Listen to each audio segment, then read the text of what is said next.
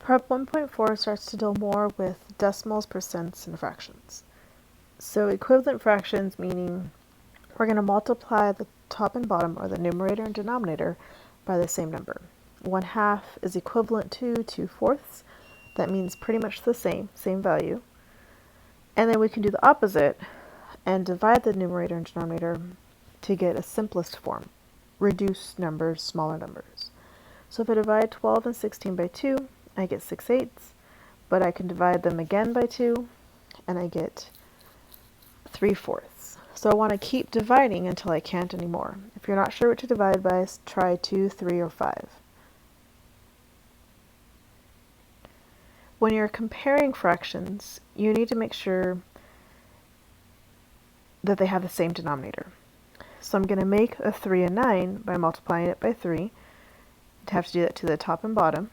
And then I see that 21 is equal to 21.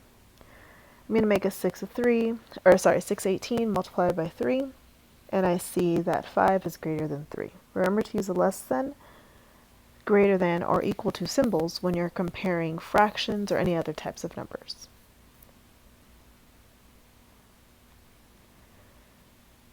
When we're making fractions decimals, we still have to use our rounding skills that we learned before. There's a couple ways to do it. One, you can make the denominator 100, see what you need to multiply by, and then you would say point whatever the top number is.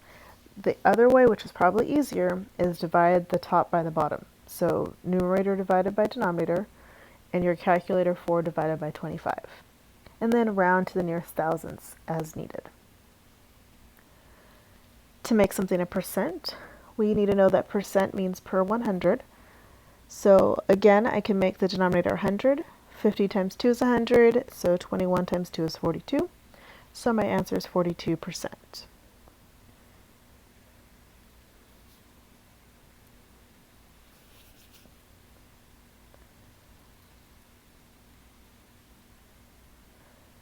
When I'm making equivalent numbers not with fractions, I can use scientific notation.